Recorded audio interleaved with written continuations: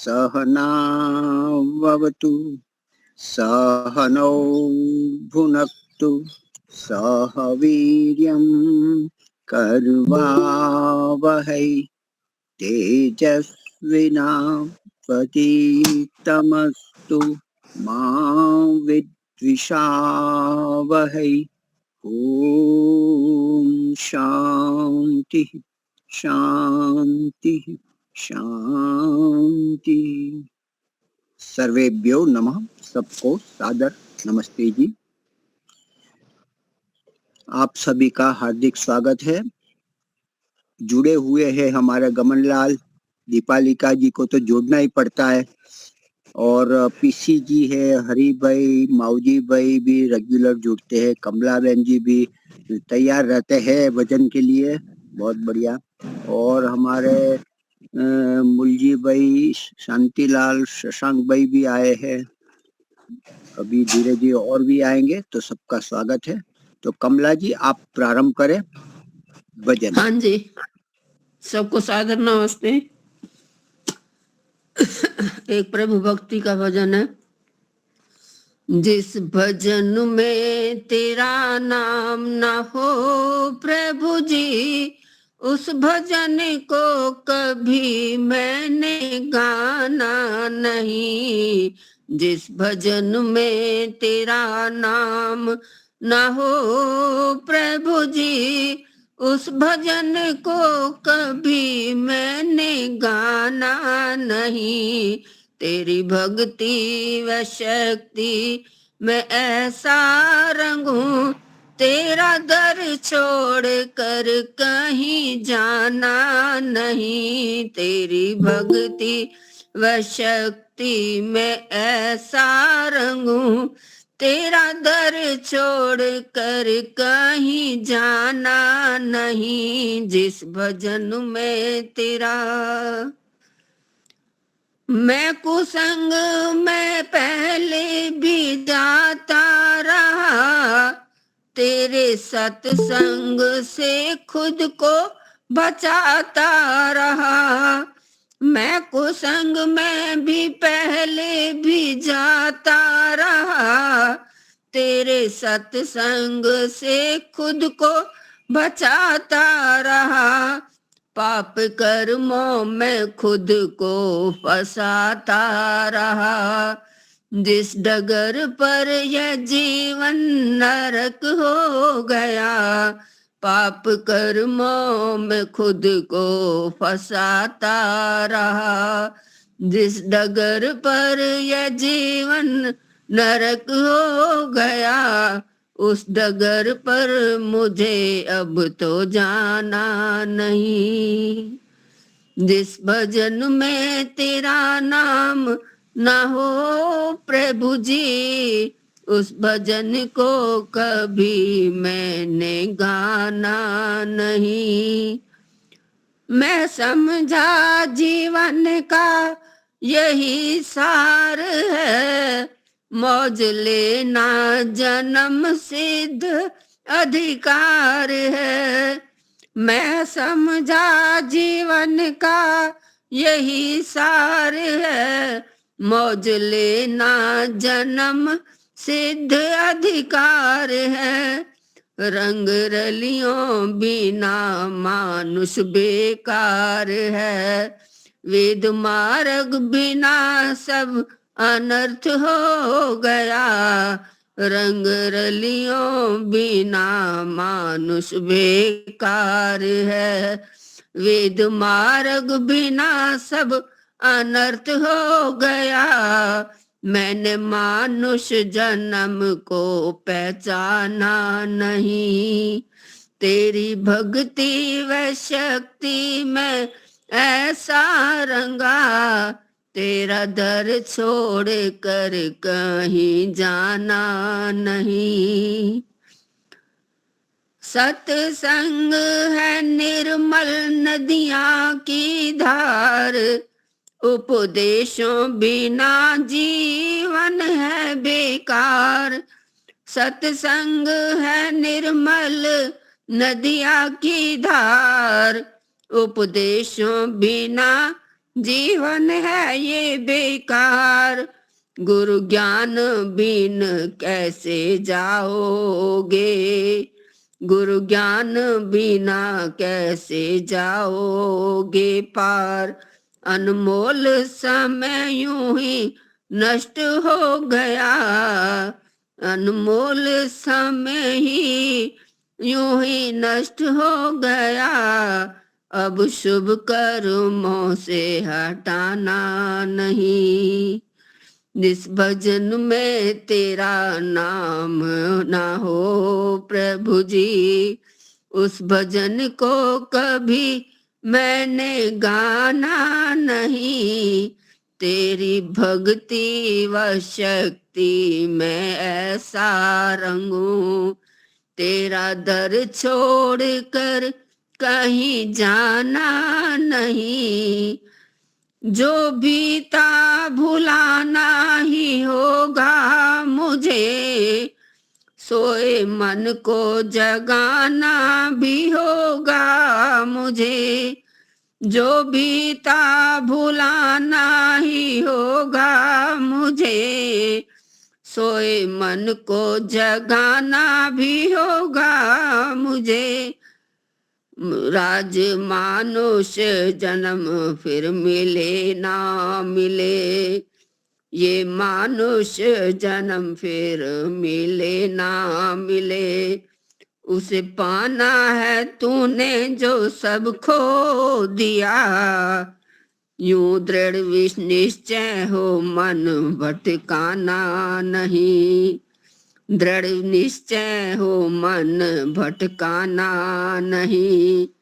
जिस भजन में तेरा नाम ना हो प्रभु जी, उस भजन को कभी मैंने गाना नहीं। तेरी भक्ति व शक्ति में ऐसा रंगूं, तेरा दर छोड़ कर कहीं जाना नहीं। तेरा दर छोड़ कर कहीं जाना नहीं। धन्यवाद जी आपका, आपने समय दिया। बहुत अच्छा।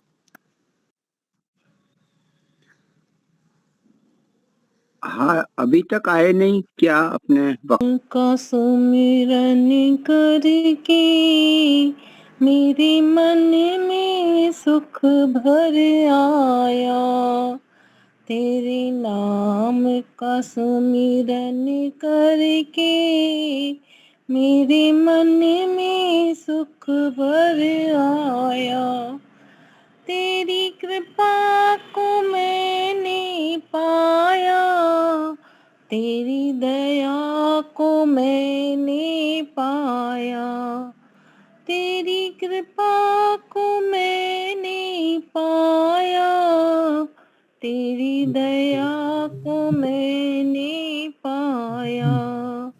तेरे नाम का सुमिरन करके मेरे मन में सुख भर आया।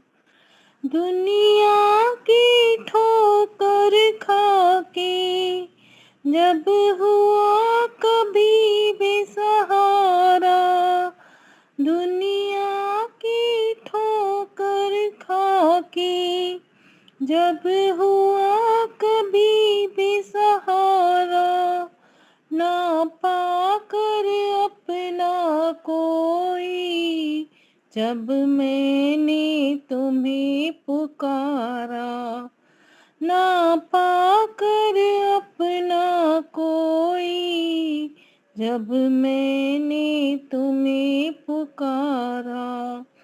हे नाथ मेरे सिर ऊपर तूने अमृत बरसाया, तेरी कृपा को मैंने पाया, तेरी दया को मैंने पाया। तेरे नाम का सुमिरन करके मेरे मन में सुख भर आया। तू संग मिठा नित मेरे, ये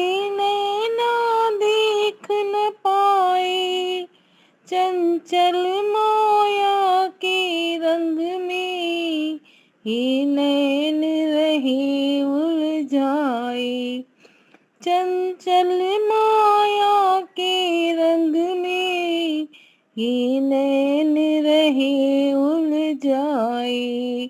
जितनी भी बार गिराऊं तूने पग पग मुझे उभारा। जितनी भी बार गिराऊं तूने पग पग मुझे उबारा। तेरी कृपा को मैंने पाया, तेरी दया को मैंने पाया। तेरे नाम का सुमिरन करके मेरे मन में सुख भर आया। भव सागर की लहरों में जब भटकी मेरी नैया। भव सागर की लहरों में जब भटकी मेरी नैया। तट छूना भी मुश्किल था, ना दिखे कोई खिवैया। तट छूना भी मुश्किल था, ना दिखे कोई खिवैया। तू लहर बना सागर की मेरी नाव किनारे लाया। तू लहर बना सागर की मेरी नाव किनारे लाया। तेरी कृपा को मैंने पाया, तेरी दया को मैंने पाया। तेरे नाम का सुमिरन करके मेरे मन में सुख भर आया। हर तरफ तुम ही हो मेरे, हर तरफ तेरा उजियारा। हर तरफ तुम ही हो मेरे, हर तरफ तेरा उजियारा। मेरी लेख प्रभु जी मेरे, जब मैंने तुम्हें पुकारा। तेरी शरण में आके दाता तेरा तुझ ही को चढ़ाया। तेरी शरण में आके दाता तेरा तुझ ही को चढ़ाया। तेरी कृपा को मैंने पाया, तेरी दया को मैंने पाया। तेरे नाम का सुमिरन। शास्त्री जी है, शैलेंद्र शास्त्री जी, उनको निवेदन करता हूँ, प्रारंभ करें जी। एक बार मेरे साथ आप सब लोग मिल करके ओम का उच्चारण करेंगे।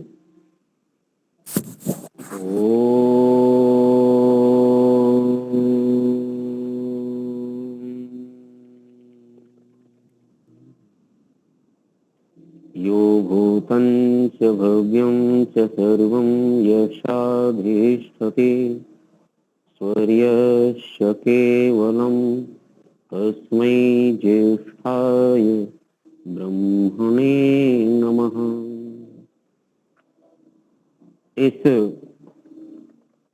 ऑनलाइन कक्षा में उपस्थित श्रद्धेय श्री महेंद्र मुनि जी, सम्मानित भद्र पुरुषों, पूजनीय वंदनीय मातृ शक्ति आदरणीय दीपालिका बहन जी, हम सब लोग संस्कार विधि का स्वाध्याय कर रहे हैं। संस्कार विधि में आज का प्रकरण है अग्न्याध्यान, अग्नि का आधान करना। आधान को शाब्दिक अर्थों में स्थापन कहते हैं। अग्नि का प्रवेश और स्थापन। हम यज्ञ कुंड में अग्नि का प्रवेश कैसे करें और उसका स्थापन कैसे करें, जो यज्ञ कुंड में ठीक से अग्नि प्रदीप्त हो सके। स्वामी जी के शब्दों को हम पढ़ लें। संस्कार विधि होगा आप सब लोगों के पास।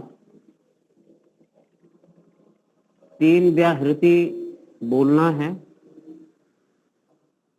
वर्तमान समय में इस 3 व्याहृति को बोल करके हम दीप प्रज्वलित करते हैं, दीपक प्रज्वलित करते हैं। इस मंत्र का उच्चारण करके ब्राह्मण, क्षत्रिय व वैश्य के घर से अग्नि ला अथवा घृत का दीपक जला, उससे कपूर में लगा, किसी एक पात्र में धर, उसमें छोटी छोटी लकड़ी लगा के यजमान व पुरोहित उस पात्र को दोनों हाथों से उठा, यदि गर्म हो तो चिमटे से पकड़कर अगले मंत्र से अग्न्याध्यान करे। ये स्वामी जी के शब्द हैं। वर्तमान समय में जो प्रचलित है वो हम लोग दीपक प्रज्वलित करते हैं और एक सुआ लेते हैं, सुआ में कपूर रखते हैं, दीपक से प्रज्वलित करके और वह अग्नि कुंड में स्थापित कर देते हैं, अग्नि का प्रवेश कराकर। और यह सरल विधि है, लोगों ने इसको स्वीकार कर लिया है, व्यवहार में प्रचलित है। पर जब हम अग्निहोत्र जो है वो श्रौत यज्ञों में आता है, श्रौत यज्ञ, और श्रौत यज्ञ का अपना विधान है। स्वामी जी के जो यहाँ पर शब्दावली है उसका पूर्णतः स्वामी जी ने पालन किया है। संस्कार विधि में इस शब्दों को पढ़िएगा। जो आवाहनीय अग्नि होती है, आह्वानीय अग्नि यानी जिस अग्नि को आवाहन की जाती है, लाई जाती है दूसरी जगह से। 5 प्रकार की अग्नि होती है जिसमें 3 मुख्य अग्नि होती है। लेकिन इस दक्षिणाग्नि, आवाहनीय अग्नि, गार्हपस्थ अग्नि जो होती है, गार्हस्थ अग्नि, तो ये 3 अग्नि महत्वपूर्ण होती है। उसी अग्नि को अलग अलग दिशा के और कार्य के अनुसार अग्नियों के नामकरण होते हैं। तो ये अग्नि जो है जिसका वर्णन स्वामी जी कर रहे हैं वो आवाहनीय अग्नि का वर्णन किए हैं कि ब्राह्मण के घर से, क्षत्रिय के घर से, वैश्य के घर से अग्नि ला, यदि नहीं है तो घृत का दीपक जला, उससे कपूर में लगा और किसी एक पात्र में धर, उसमें छोटी छोटी लकड़ी लगा के यजमान व पुरोहित उस पात्र को दोनों हाथों से उठा। अच्छा, अर्थात ये है कि जब अग्नि का प्रवेश कराएं तो दोनों हाथों से कराना चाहिए। कुछ लोगों को यह होता है कि अग्नि दाहिने हाथ से कराएं अथवा बाएं हाथ से कराएं, प्रश्न करते हैं। तो यहाँ अग्नि है और अग्नि में दोनों हाथों से उठा करके लगाना। और अभी तो ये विधि नहीं चल रही है, लेकिन प्राचीन विधि की बात करें जो अग्नि प्रवेश कराने की, पहले तो ये ध्यान रखिए अग्नि स्थापन और प्रवेश कराने की दोनों विधियों पर विशेष ध्यान दे लीजिएगा। दोनों में थोड़ा अंतर है। प्रवेश कराने की विधि अलग है और स्थापन करने की विधि, दोनों एक दूसरे से अवश्य क्रमबद्धता से जुड़े हुए हैं। लेकिन प्रवेश कराने की विधि बड़ी श्रद्धा पूर्वक होती है और स्थापन करने के बाद भी बड़ी श्रद्धा पूर्वक होती है। जब अग्नि प्रवेश कराई जाती है तो समिधाओं वाली अग्नि होती थी पहले, छोटे में, मतलब किसी एक पात्र में रख करके कपूर से जला करके छोटी छोटी समिधाओं को चयन कर देते थे। जब वह अग्नि समिधाओं के सहित पकड़ लेते थे, दोनों हाथों से उठा करके फिर उस अग्नि का स्थापन करते थे। इसको अरणि मंथन के माध्यम से अग्नि स्थापन करते हैं। यह तो एक प्रवेश कराने की प्रक्रिया रही है। अब स्थापन करने के बाद छोटी छोटी समिधाओं का चयन करना आगे स्वामी जी स्वयं लिखेंगे और बड़ा सावधानी पूर्वक करते हैं। तो ये 3 जो व्याहृति है, यह परमात्मा का स्मरण करके है। तीनों अर्थ परमात्मा के ही हैं। भूर का अर्थ भी भुवः का भी अर्थ और स्वः का भी अर्थ। व्याहृति के अनेक अर्थ हैं, लेकिन जिससे आपका अंतःकरण परमात्मा से जुड़ सके, परमात्मा के गुणवाची अर्थ का आप स्मरण करें, उसके गुण कर्म स्वभाव के अनुसार आप उसकी स्तुति कर सके, इन शब्दों के माध्यम से स्मरण कर सके, इन व्याहृतियों के माध्यम से ऐसा भाव बना लेना चाहिए ताकि आपका यज्ञ कार्य संपन्न हो सके और भक्ति भाव से संपन्न हो सके, आध्यात्मिक उन्नति की दृष्टि से आपका ये यज्ञ संपन्न हो सके और भौतिक ऐश्वर्य प्राप्ति के भी साधन ये है। ऐसा नहीं है यज्ञ से केवल आध्यात्मिक उन्नति अवश्य, और यह भी उन्नति होता है, भौतिक उन्नति भी है और नैतिक कर्म भी है। तो अग्नि प्रवेश कराने की विधियों को स्पष्ट कर लेते हैं। एक तो प्राचीन पद्धति जो हम लोग करते हैं, अभी वर्तमान समय में इसका पालन नहीं होता। तो प्राचीन पद्धति पहले ऐसा ही था कि या तो अग्नि, जो अग्निहोत्र परिवार जिनके यहाँ अग्नि स्थापन रहती थी, अनवरत अग्नि जलती थी, उनके यहाँ से अग्नि लाया जाता था और हम उससे यज्ञ में प्रवेश कराते थे। ला करके छोटी छोटी संध्याओं को उसके ऊपर जला करके जब प्रदीप्त हो जाते थे, दोनों हाथों से प्रवेश कराते थे, अग्नि का स्थापन करते थे उसमें हवन कुंड में। अब ये नहीं है, तो दूसरी विधि है कपूर की। कपूर में भी अब सीधा कपूर अग्नि में यज्ञ कुंड में स्थापित कर देते हैं और उसके बाद संध्याओं का चयन करते हैं। लेकिन स्वामी जी ये लिखते हैं कि पहले कपूर को जला लें और जलाने के पश्चात किसी पात्र में रखें, छोटी छोटी संध्याओं का उसके ऊपर चयन कर दें, संध्या सहित जब प्रज्वलित हो जाए अच्छी प्रकार से, फिर अग्निहोत्र में आप उसको स्थापित करें। प्रश्न हो सकता है कि दोनों में अंतर क्या है, जो अभी नवीन पद्धति है और प्राचीन पद्धति में, ये सरलता से दोनों में अंतर क्या होगा। तो यहाँ पर विशेष करके क्रमकांड जो होता है, जब कोई विधि ऋषि देते हैं तो हमें उस ऋषि के बताए हुए विधि का पालन करना होता है। हम ऋषि के आज्ञाओं का तोड़ करके नहीं कर सकते हैं और उस विधि को हटा के नहीं कर सकते। बुद्धिमान और विद्वान अलग अलग अपना विधि पद्धति निकालते रहते हैं। इस प्रकार से बहुत सारा जुड़ता जाता है यज्ञों में, और जुड़ जाने से मतांतर और स्वरूप अलग अलग देखते हैं। थोड़ा सा विषय को रोक करके आपको बता दें कि क्या हुआ है। अग्निहोत्र का ही आप रूप देखिए, वर्तमान समय में क्या क्या है। जो आप धूप जलाते हैं घर में, वह भी अग्निहोत्र का रूप है। जो आप कैंडल जलाते हैं, वह भी एक अग्निहोत्र का रूप कहीं से ना कहीं बिगड़ा हुआ है, किसी में चला गया। यदि आप कहीं पर अगरबत्ती जला रहे हैं कब्र आदि पे, वह भी अग्निहोत्र का एक रूप है, सुगंधित का अंश लेकर के वहां अगरबत्ती जलाते हैं। धुआं वाला जो भाग लेकर के वो धूप करते हैं, और बहुत सारे लोग कोयले पर कुछ सामग्री लेकर के और उस पर ऐसे आहुति जैसा डाल करके और वह भी करते हैं। यह भी अग्निहोत्र का एक बिगड़ा रूप है। तो इतना ऐसे आप देखते जाएंगे, विचार करते जाएंगे, तो अग्निहोत्र का समाज में कितना बिगड़ा रूप है। कहीं ना कहीं अपने लोगों ने तर्क, ऊहापोह और इसी प्रकार की कल्पनाओं के आधार पर अग्निहोत्र का रूप परिवर्तित किया और अपनी सरलता के अनुसार उसका पालन करते हैं। और ऐसे अब तो आप देखेंगे, एक नाम नहीं लेना चाहता हूं, समझ जाएगा किसी को हमारी बात कैसा लगता है। अब तो दीप यज्ञ करने लगे हैं लोग। दीप यज्ञ का मतलब है दिया जलाइए, जितने घी की आहुति करनी थी उतने घी की आहुति ना करके कुछ दीपक जलाते हैं और वो कहते हैं उसको दीप दान कहेंगे या दीप यज्ञ का नाम दिया। एक नया प्रचलन है।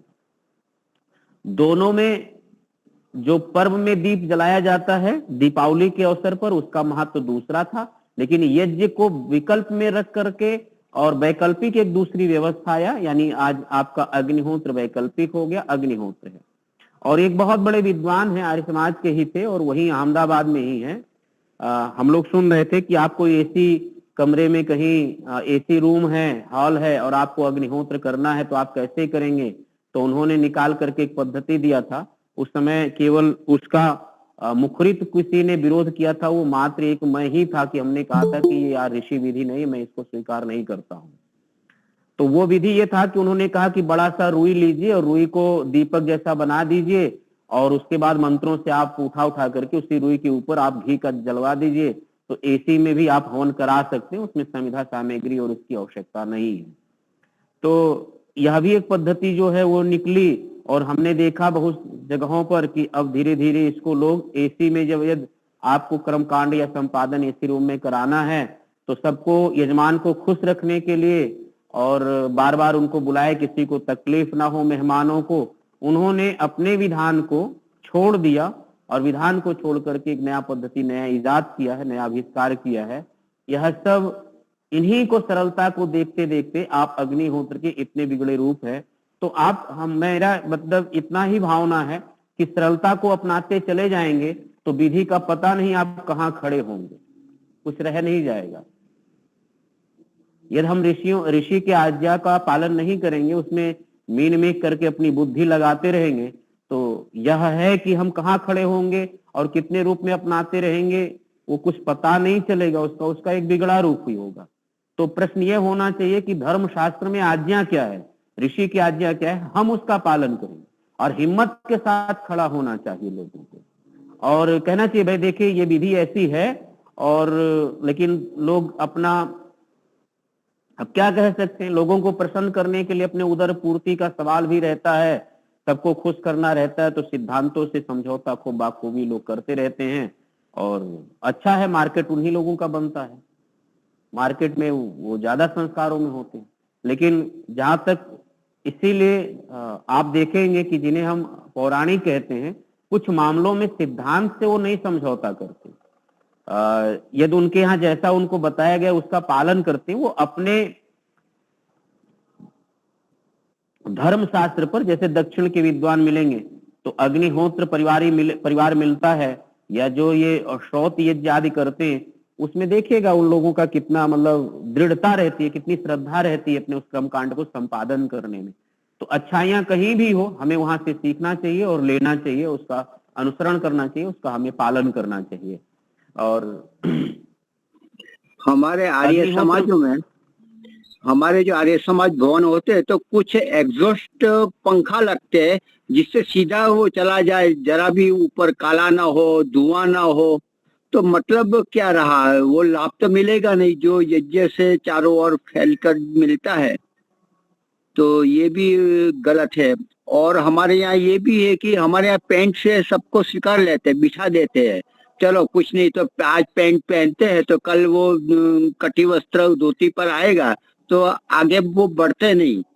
तो ये भी कुछ वस्त्र जैसे दक्षिण में और ब्राह्मण पौराणिक लोग पहनते, पीला सफेद या तो कुछ भी पहनते, तो ऐसा वस्त्र भी परिधान करना चाहिए, ऐसा नियम थोड़ा बनाना चाहिए। पहले छूट दे लेकिन हमेशा नहीं देनी चाहिए जी। मेरा ये कहना है कि इस संदर्भ में भी आपको दृढ़ रहना चाहिए। अग्निहोत्र देखने का अधिकार सबको होना चाहिए। लोग कहते हैं छूट दे दीजिए, कर दीजिए, ऐसा छूट देना चाहिए। देखने का अधिकार हो, उसका लाभ लेने का अधिकार हो, सुनने का अधिकार हो, लेकिन जो वर्ण होता है, वर्ण में अधिकार दीजिए श्रेष्ठता का। ये परंपरा है, जैसे अग्निहोत्र में बैठने का, जो 4 ऋत्विज बैठते हैं, 4 लोगों का बैठते हैं, तो जो श्रेष्ठता है, जिनकी अधिक पवित्रता है, आप देखेंगे कि उनको जब देंगे तो उनको देख करके लोग प्रेरित होंगे कि भाई देखो, यद्यपि इस स्थान पर हमें पहुंचना है तो इसका पालन करते हुए आना होगा, तभी हम पहुंचेंगे। तो वो आपके यज्ञ को भी महत्व देंगे और पीछे वाला भी महत्व देंगे। आने का सबको स्वतंत्रता होनी चाहिए, यज्ञ को देख सकते हैं, पीछे वाली पंक्ति में आप पैंट शर्ट पहन करके देखिए, उतना छूट दे दीजिए। लेकिन जो यज्ञ की वेदी है और यज्ञ वेदी पर बैठने वालों का जो शिखा रखते हो, सूत्र जनियों पहनते हो, जनियोधारी हो और यज्ञ करने वालों में पवित्रता रखते हो, ये देखिए। और प्रशिक्षण की दृष्टि से जब आप प्रशिक्षण दीजिए, यज्ञ सिखाइए किसी को, सीखने सिखाने की परिधान में आप थोड़ा छूट रखिए। लेकिन जब उनको व्यवस्था में लाइए तब दृढ़ता, नियम की दृढ़ता रखनी चाहिए, क्योंकि अब तो वो सीख लिया है, अब गड़बड़ी करेगा तब नहीं चलेगा। जब वो सीखा नहीं था, यज्ञ का महत्व नहीं जानता था, वो कुछ उसके विषय में उसका वो नहीं जानते थे, तब आप उनको छूट रखिए, दीजिए, सिखाइए, आगे बढ़ाइए, लेकिन जब बढ़ा ले जाइए तो पूरे का पूरा नियम में ले आइए। मैं ये देखता हूँ कि जितने जितने बड़े बड़े अपने अपने संप्रदाय के प्रचारक या आचार्य हुए हैं, उनके यहाँ का नियम व्यवस्था कुछ भी हो, लेकिन नियम जो रखा है उसमें वो दृढ़ रखा है, उसका पालन करवाते हैं, उस सुदृढ़ता से पालन करवाते हैं। हम लोग ये 7 बजे यज्ञ रखेंगे अपने मंदिरों में, लोग आने में जो है वो परस्पर 9 बजे हम आएंगे, 9:30 बजे सो करके उठ, हमारी बहू नहीं उठती, हमारी बेटे नहीं उठते, हम इतने बजे नहीं। जरा सोचो, जिनके यहाँ मंगला आरती होता है वो 3 बजे 4 बजे अपने बच्चों को लेकर के कैसे मंदिर पे पहुंचते हैं लोग। छोटे छोटे बच्चों को हमने देखा है इस्कॉन में कि 3:30 बजे 4 बजे पर्दा खुलता है, राइट 4 बजे 3:30 बजे लेकर के छोटे छोटे बच्चों के साथ, और सैकड़ों की भीड़ में मंगला आरती में लोग खड़े रहते हैं लंबे लाइन। बहाने ढूंढते हैं तो लंबा बहाना मिलेगा, लेकिन यद्यप आप लाभ और विश्वास जीतने में पर्याप्त लगे हैं, हम लोग क्या विश्वास नहीं जीतने में, छूटने में या कुंठा भावना से, निराशा भावना से ग्रसित हो गए हैं। सच्चाई तो यह है कि हमारे यहाँ आते नहीं है, क्या करें। हमेशा हर बात में देखेंगे तो 100 बात में 100 प्रश्न खड़ा कर देंगे, ना उत्साह दिखेगा, इनकी कमी उनकी कमी गिनाने में हम लोग लग जाते हैं। गलत बात, हमारे यहाँ बहुत अच्छाइयां हैं, बहुत ऊर्जावान लोग हैं, बहुत सिद्धांत है, बुद्धि विवेक से बहुत प्रबल लोग रहते हैं, विचारवान लोग रहते हैं, ईमानदार पूर्वक रहते हैं, जीवन भर उन्होंने ईमानदारी और सत्यता का पालन करते हैं। इस सब से हम लोग संपूर्ण और संपन्न है, संपन्नता होती हम लोगों में, और हमेशा न्याय पूर्वक व्यवहार करने के लिए हर एक दूसरे के प्रति परस्पर हम लोग सोचते रहते हैं। मानव मात्र के कल्याण की भावना रखने वाला ये वैदिक सिद्धांत के अवलंबी होते हैं। हमें उत्साह और सकारात्मकता से भरा रहना चाहिए, परस्पर एक दूसरे के प्रति जो हम लोग खींचातानी करते हैं ये भी गलत करते हैं। हाँ, लेकिन जहां तक इसका व्यवहार है कि यज्ञ का संदर्भ हम लोग दे रहे थे, जैसा भी आदरणीय श्री महेंद्र भाई जी ने कहा है, उस पर विचार करते हुए कि हाँ, परिधान का और जो ऋषियों ने विधि दिया है उसका हम ध्यान करके और जितना पालन कर सकते हैं यथासंभव यथाशक्ति उतना हम सबको पालन करना चाहिए, उतना पालन करना चाहिए। तो अग्निहोत्र प्रवेश कराने की 2 विधियां, एक तो ऋषि दयानंद के द्वारा जो विधि बताई गई है कि कैसे हम अग्निहोत्र में यज्ञ कुंड में अग्निहोत्र प्रवेश कराएं, यज्ञ कुंड में अग्नि का प्रवेश कराएं, और दूसरा उसका स्थापन करके अग्नि प्रदीप्त करें। और अग्नि की शुचिता क्या है तो मंत्र है, इस मंत्र को पिछली बार हम सब लोग संभवतः बोले थे, इस बार पुनः देख ले, बोल ले। तो यह मंत्र बोल करके इसका व्याख्यान सा रह गया था कि ओम भूर्भुवः स्वर्द्योरिव भूम्ना पृथिवीव वरिम्णा तस्यास्ते पृथिवी देवयजनि पृष्ठे अग्निमन्ना दमन्नाद्याया दधे।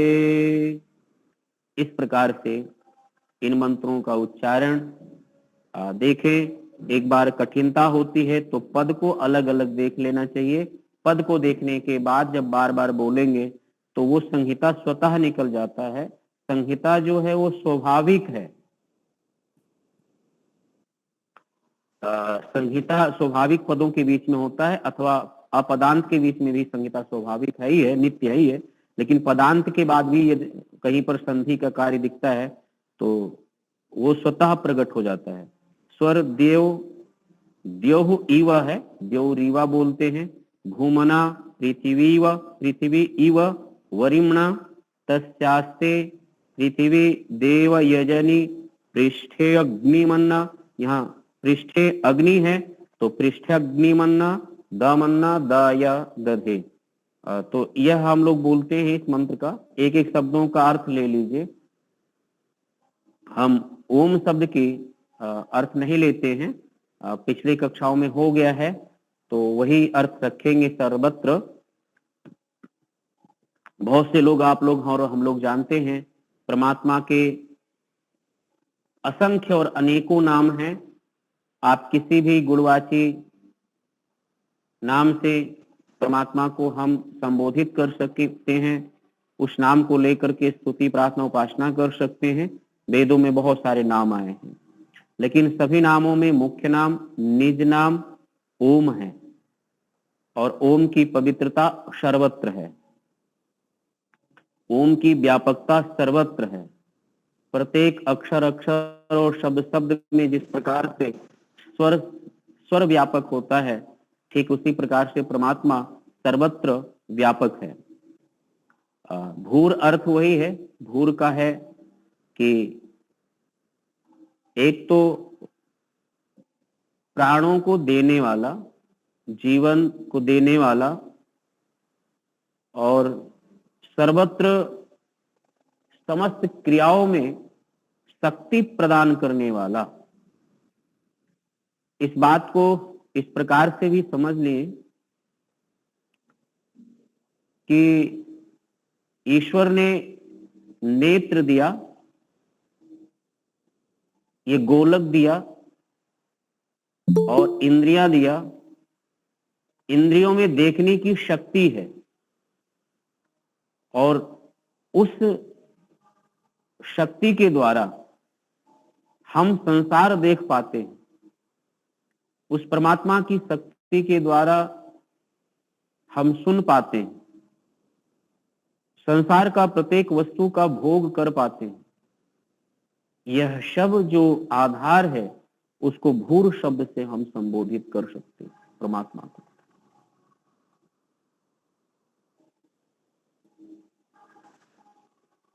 भुआ का अर्थ है मुख्य रूप से वो तो होता है दुखों का विनाश करने वाला।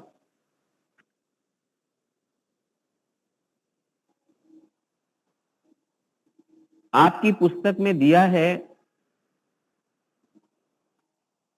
कि सत्ता को बनाने वाला और सत्ता का विस्तार करने वाला, दो बातें, सत्ता को बनाने वाला और सत्ता का विस्तार देने वाला, दोनों शब्दों से अर्थ ग्रहण किया है आचार्य प्रवर ने, जो इसका भाष्य किए हैं वो। स्वामी जी ने जब इसका व्याख्यान किया है तो वहां पर एक का प्राण, एक का दुख विनाशक और दूसरे का सुख स्वरूप अर्थ लिया है।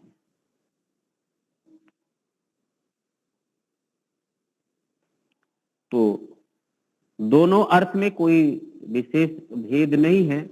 आप देखेंगे तो वह परमात्मा को ही संबोधित या परमात्मा परक ही अर्थ है, उसके मूल में जाकर के देखेंगे। सबकी सत्ता को बनाने वाला, इंद्रियां हैं, इंद्रियों में जो शक्ति है, जो संयोग है, पदार्थ है, पदार्थ में शक्ति है, और शक्ति का जो पदार्थ के साथ संयोग है, संयोग करने वाला है, वही परमात्मा है। इसलिए हम लोग बार बार बोलते हैं प्राणों के प्राण। यदि यह प्राण में बल है तो बल का संचार करने वाला वह परमात्मा है। दूसरा जो हम और जो भी शक्ति सामर्थ्य हमें प्राप्त होता है, लेकिन इसके विस्तार करने में जो योगदान है उस ईश्वर का, उस परमात्मा का बहुत अधिक है। आज हम सब लोग जितना भी जीवन में उत्कर्ष करते हैं या शुभ कार्य कर पाते हैं या जितना भी है, तो यह समर्पण भाव भी है कि परमात्मा का अधिक से अधिक योगदान है। कितना प्रतिशत कहिए तो 5%, 95% यानी 95% तो परमात्मा का ही योगदान है। 1-2% माता पिता का है, हमारा उसमें कोई योगदान और कोशार्थ देखा जाए तो 1% ही होगा। वो भी ठीक से ईमानदारी पूर्वक 1% योगदान हमारा ही है। बाकी तो शेष इस जगत में हम क्या, मेरा क्या है, मेरा क्या है, जो भी कुछ है वो मेरे लिए है और उसी परमात्मा का दिया हुआ है। जो भी कुछ मेरे पास है वो मेरा नहीं है, मेरे लिए है और उसी परमात्मा का दिया हुआ है। इस भाव से देखेंगे तो हमारे पास क्या बचता है। तो और दे करके फिर हम जो विस्तार करते हैं उस सत्ता का, उस शक्ति का नाम हुआ है स्वः, जो सुख स्वरूप है, आनंद देने वाला है, उत्साह प्रेरणा आप सब इसका हम ये 3 व्याहृतियों का ध्यान में भी लाभ उठा सकते हैं। यज्ञ में तो बोलते ही हैं, यज्ञ को अपने श्वास प्रश्वास को यज्ञ की प्रक्रिया से जोड़ते ही हैं। अपने श्वास प्रश्वास के संचालन को, गंभीरता को यज्ञ के उसमें आध्यात्मिक होकर के भावों से भर करके यज्ञ और अग्निहोत्र करते ही हैं इनको, इन व्याहृतियों को।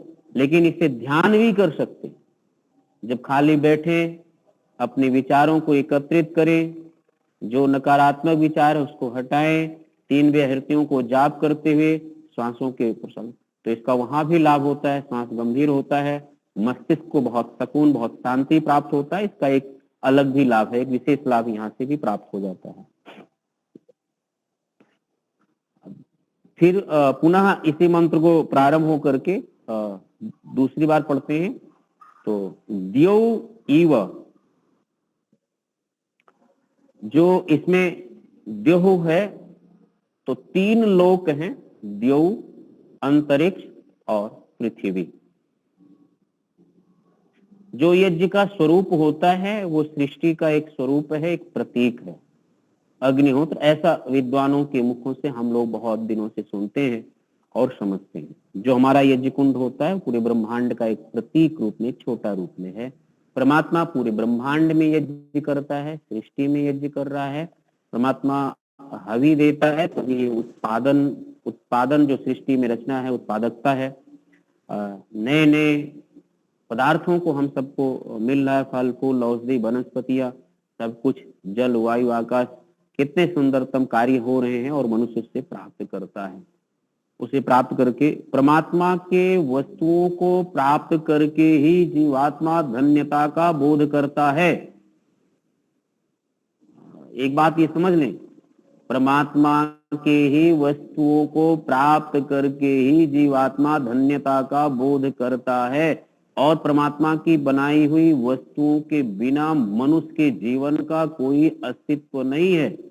मनुष्य अपने विज्ञान से, अपने पुरुषार्थ से जिन वस्तुओं को वह निर्माण करता, आविष्कार करता है, वह साधन संपन्न और दिखता है, लेकिन शांति और बोध्यता प्राप्त नहीं होता। संतुष्टि, शांति प्राकृतिक चीजों से है।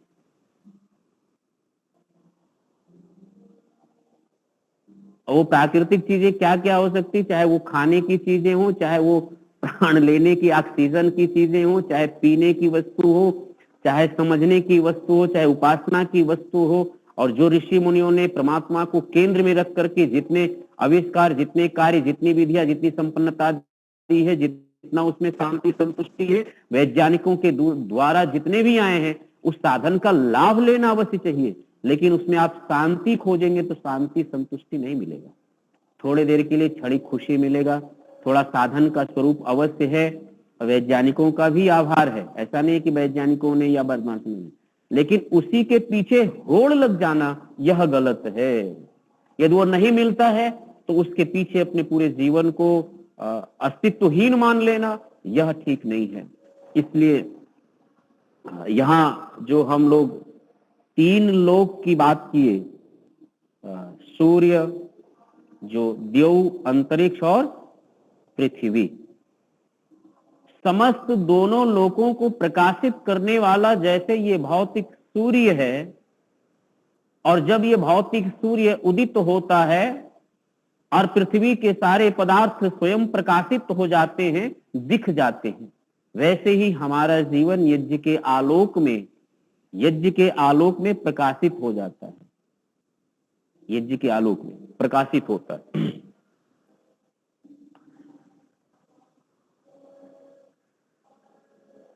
तो यह सूर्य जैसे द्यौ इव, जिस प्रकार घूमना सुशोभित हो रहा है, घूमना का अर्थ है पृथ्वी पर सुशोभित होना,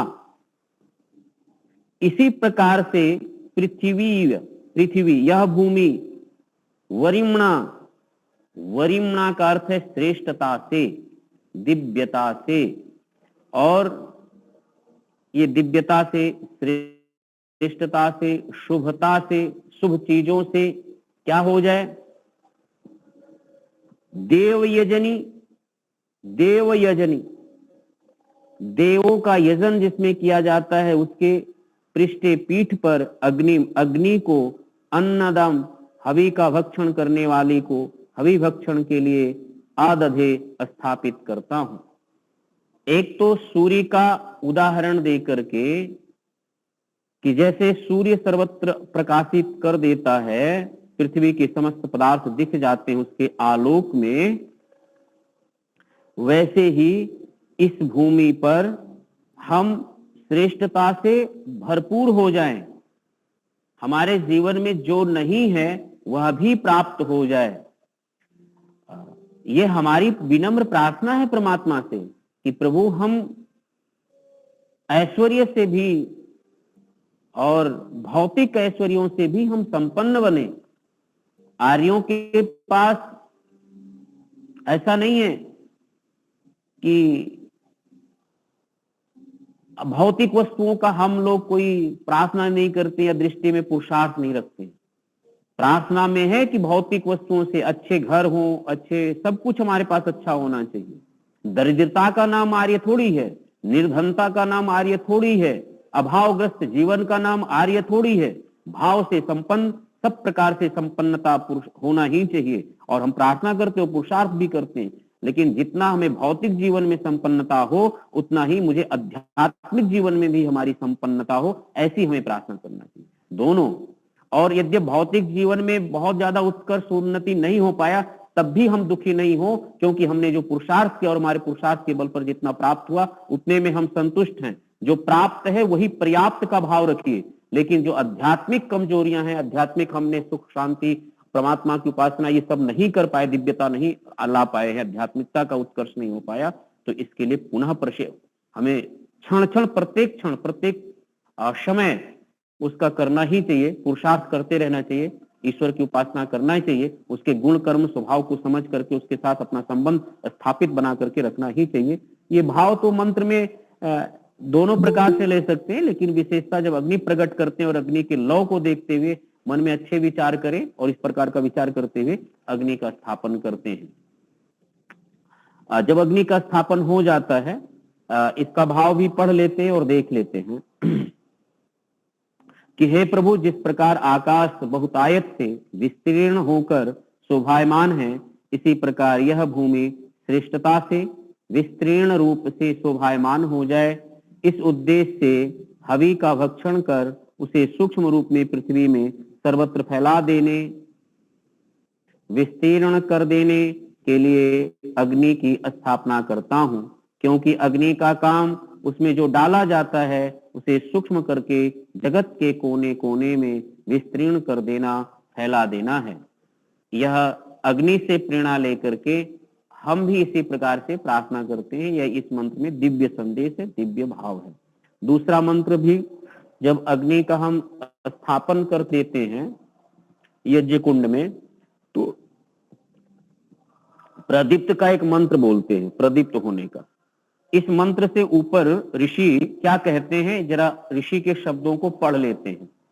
ऋषि कहते हैं कि इस मंत्र से वेदी के बीच में अग्नि को धरकर उस पर छोटे छोटे काष्ठ और थोड़ा कपूर धर करके अगला मंत्र पढ़ के व्यंजन से अग्नि को प्रदीप्त करें। पंखा जो होता है उसे प्रदीप्त करें, यानी अग्नि को बढ़ाएं।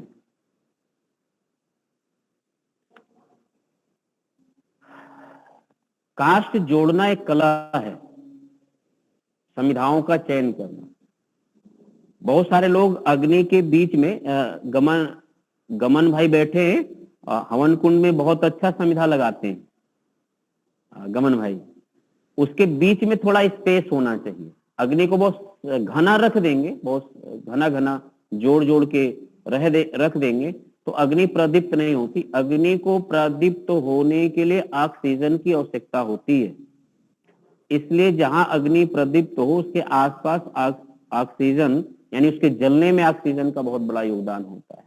तो छोटी छोटी समिधाएं और एक दूसरे के बीच में फासला रहना चाहिए, और जहां अग्नि जल रही हो उसके ऊपर भी थोड़ी सी लपटें उस तक पहुंचनी चाहिए। और फिर देखिएगा अग्नि का क्या बढ़िया हवन कुंड में अग्नि प्रज्वलित होती है, बढ़िया अच्छे से। सूखी समिधाएं हो, और समिधा कीड़ा रहित होना चाहिए, छिलका रहित होना चाहिए। छिलका और क्योंकि काष्ठ के बीच में छोटे आप नहीं निकालेंगे छिलकाओं को, तो उसके बीच में अग्नि और जीवाश्म होते ही हैं, वो समझ में नहीं आता। तो हमें क्या है कि छिलका और अग्नि के बीच में यदि काष्ठ में है तो उसको देख लेना चाहिए। और एक सन्यासी थे, वो कहते ये थे कि भाई हम जब अग्नि लाते हैं तो पहले तो पानी में डाल देते हैं थोड़ा सा साफ करके, और फिर अग्नि हम सुखा करके रखते हैं, फिर संध्या में हम प्रयोग करते हैं। पता नहीं किस किस कहाँ कहाँ कैसे कैसे होते हुए तो बाह्य अशुद्धियों से होते हुए हमारी आई है। तो यज्ञ में ऐसा ना पड़े हमारी जानकारी में, तो इतना साफ करके और रखते थे, ध्यान रखते थे। फिर भी जितना संभव हो सके उतना हमें हिंसा से बचना चाहिए, हिंसा से जो अपनी जानकारी में है। तो छिलका वाला बहुत ज्यादा जितना यज्ञ जैसा यज्ञ कुंड है उसी प्रकार की आपकी समिधा हो। समिधा बहुत मोटी ना हो और समिधा बहुत पतली भी नहीं होनी चाहिए कि तुरंत जल करके और भस्म हो जाए। तो अब जितना देर की अग्नि है तो जितने देर यज्ञ करना है उतने देर आपकी यज्ञ कुंड में अग्नि प्रज्वलित हो, ऐसी भी उसकी टाइमिंग का समय होना चाहिए, व्यवस्था ऐसा अग्नि प्रज्वलित रहना चाहिए। तो ये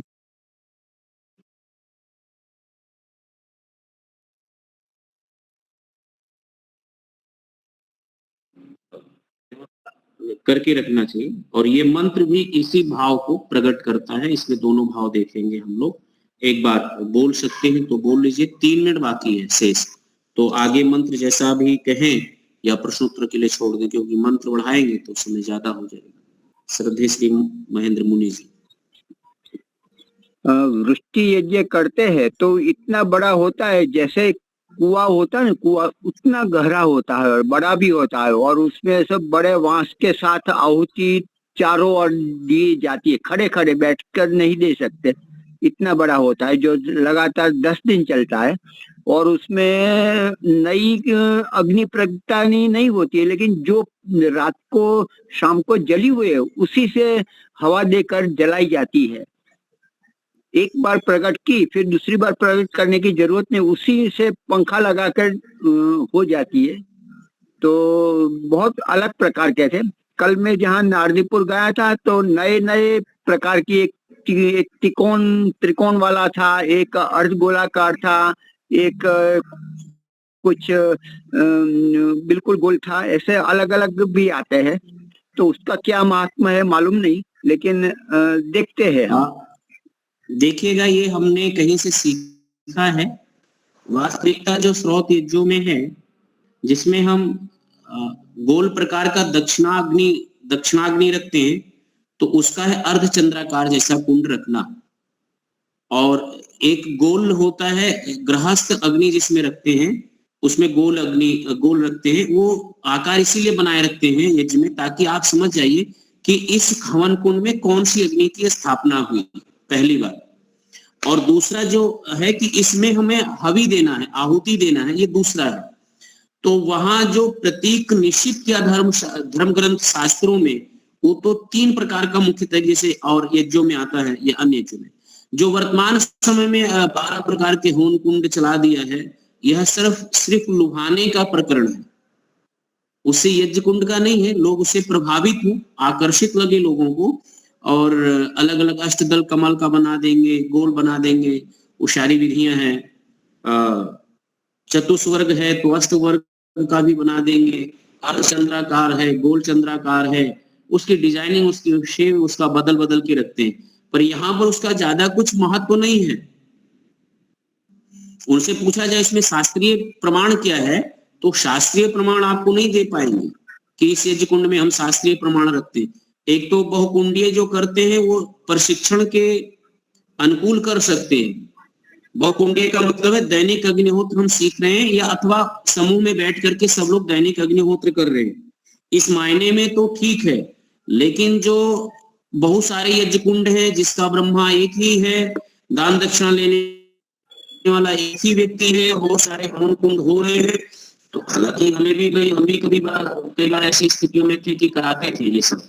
लेकिन जब शास्त्रीय विधि से कोई पूछेगा तो निष्पक्ष रूप से हम ये कह देंगे कि भाई ये शास्त्रीय विधि नहीं है, ये लोक में चल पड़ा है, इसलिए लोग हम करा देते हैं। लेकिन बहुत सारे यज्ञों में यजमान अलग अलग हैं। वही एक ही यजमान एक ही समय में एक ही ब्रह्मा को कैसे वर्ण कर रहे हैं? वो सभी वो यजमान सभी पर बिना किसी त्रुटि के वो संपादन कर लेंगे। वो यजमान इतना कुशल है कि नहीं कुशल है? हमने देखा है कि वो आचमन भी करना नहीं आता है, उनको यज्ञ के सारी विधियों का पालन भी नहीं करना आता। ये तो कर्म कांड है, ये तो वास्तविकता कर्म कांड है। हाँ, इसका विरोध भी नहीं करना चाहिए। करना इसलिए नहीं चाहिए कि समाज में वैसे लोग सोए पड़े हैं, कुछ कर रहे हैं तो करने दीजिए थोड़ा, कुछ नहीं कर रहे तो कुछ कर रहे हैं, इसलिए उसका हम भी कभी विरोध नहीं करते। लेकिन शास्त्र की दृष्टि से देखने जाएंगे, सिद्धांत की दृष्टि से देखने जाएंगे, तो सिद्धांत की दृष्टि से जैसे आप हमारी कक्षा में इस समय बैठे हैं, आप प्रश्न पूछेंगे तो हम बताएंगे कि भाई देखिए शास्त्रीय विधि तो इस प्रकार की नहीं है, शास्त्रीय विधि इस प्रकार की है। अभी भी हमारे पास में देखिए आपस्तम धर्म सूत्र है, इसको हम लोग पढ़ते हैं। इधर देखिए ये कात्यायन स्रोत सूत्र है। ऐसे 4-5 सूत्रों को और गृहस्थ सूत्रों को सबको पढ़ते हैं। इसमें यज्ञों के अलग अलग प्रकरण, बहुत सारे प्रकार के प्रकरण हैं, उसका स्वाध्याय करते हैं। तो इसमें नहीं मिलता है तो हम जाकर के इस पर पूर्णतया ये निश्चित होते हैं कि देखिएगा ये इस प्रकार का यज्ञ नहीं है। लेकिन वर्तमान समय में लोगों को जोड़ने का, लोगों को अपनी तरफ खींचने का कुछ ना कुछ यहाँ से अलग मानो अपनी कल्पना से करने के लिए सोचता है और करता है और जुड़ता है। ठीक है, कुछ कर रहा है। अंत्येष्टि जब होती है तो उसमें तो बहुत बड़ी अग्नि होती है, तो खड़े खड़े ही देना पड़ता है। वैसे ही वृष्टि यज्ञ भी बहुत बड़ी होती है, तो इतनी बड़ी ज्वाला होती है कि आप तो नजदीक में नहीं गए, तो डोल से डालना पड़ता है। घी है ना, 2 हाथ से। देखिए सोमयाग में वो भी हम खड़े सोमयाग में भी जो सोमयाग होता है उसमें भी खड़े खड़े आहुति देने का प्रश्न खड़े होकर के बैठने का भी नहीं है कि कब खड़े होकर के देंगे और कब बैठ कर देंगे। आपका यज्ञ कुंड कितना विशाल है और आहुति देने में सुविधा कैसी है, वो वहां पर एक अलग प्रकरण है कि भाई हम जो अंत्येष्टि यज्ञ वर्तमान समय का और जो शास्त्रीय अंत्येष्टि है वो दूसरे किस्म का है। आप ये समझ लीजिए, अंत्येष्टि का नाम, उसका नाम है नरमेध यज्ञ। उसको एक नाम से जानते हैं, नरमेध यज्ञ। और नरमेध यज्ञ में जो नीचे पृथ्वी के अंदर गड्ढा खोदने का ऋषि ने बताए हैं। तो पिरामिड आपने देखा है, पिरामिड को उल्टा कर दीजिए और ऐसे इसी प्रकार से आप उसको खनिए और खनने के बाद इतना आकार घेरिए जितना आप बैठ जाइए और आपको अग्नि के लपट ना लगे, बैठ जाइए और अग्नि के लपट ना लगे, और फिर आपको आहुति देना है और बीच में उस शव को भी रखना है, संविधाओं को भी चेंज करना है और फिर आहुति देना है। तो वह विधि जो शास्त्रीय विधि है या जैसा ऋषि दयानंद ने लिखा है वो विधि हम नहीं करते। हम तो ओपन में खुले में करते हैं और उसकी लपटों का हम डंडे से क्या, हमने देखा है कि 10 फीट का डंडा लेकर के लोग आहुति दे रहे थे, लेकिन जब अग्नि बहुत ज्यादा प्रज्वलित हो गया तो 20 फीट दूर खड़े होने पर भी नहीं आहुति दे सकते, मंत्र नहीं दे सकते, अव्यवस्थित हो जाता। तो ऋषि ने जिस प्रकार से कुंड बना करके और आहुति देने का नरमेध यज्ञ में दिया है उसका पालन नहीं करने के कारण खड़े होकर के यज्ञ, वो हमारा एक वैकल्पिक व्यवस्था निकला कि खड़े होकर के भाई आहुति दे दीजिए। विधि तो जिस प्रकार से पहले हवन कुंड जब उस प्रकार से बनाएंगे तो आप दीजिए बैठ करके हवन, और उसमें यज्ञ बढ़िया वो आपको अग्नि, क्योंकि आगे से तो वो 3 मेखला वाला बनेगा और 3 मेखला बनेगा, वो सीने से ऊपर तक आ जाएगा, बढ़िया आराम से आप उसमें आहुति दे सकते हैं।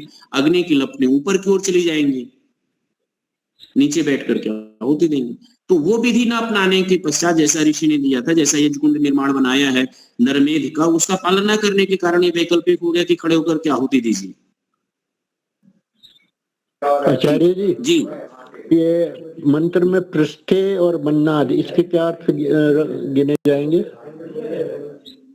मंत्र में पृष्ठे आधार, पृष्ठ पर अग्नि जो है यज्ञ कुंड के पृष्ठ पर रखा, आधार जो हवन कुंड है उसके ऊपर जो तल है उस तल में अपने अग्नि का स्थापन किए, ये भौतिक अर्थ है। और ये मन्नाध्याय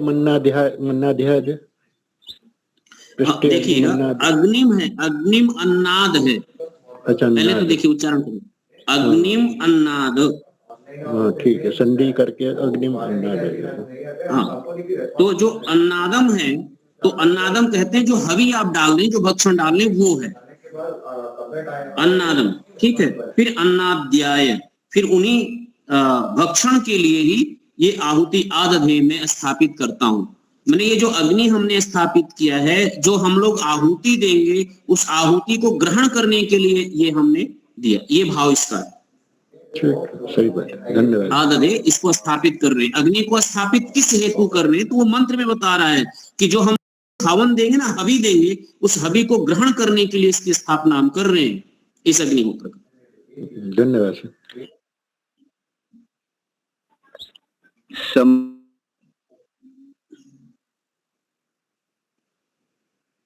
प्रवचन का तो शांति पाठ करते हैं। ओम जौ शांतिरंतरिक्षं शांति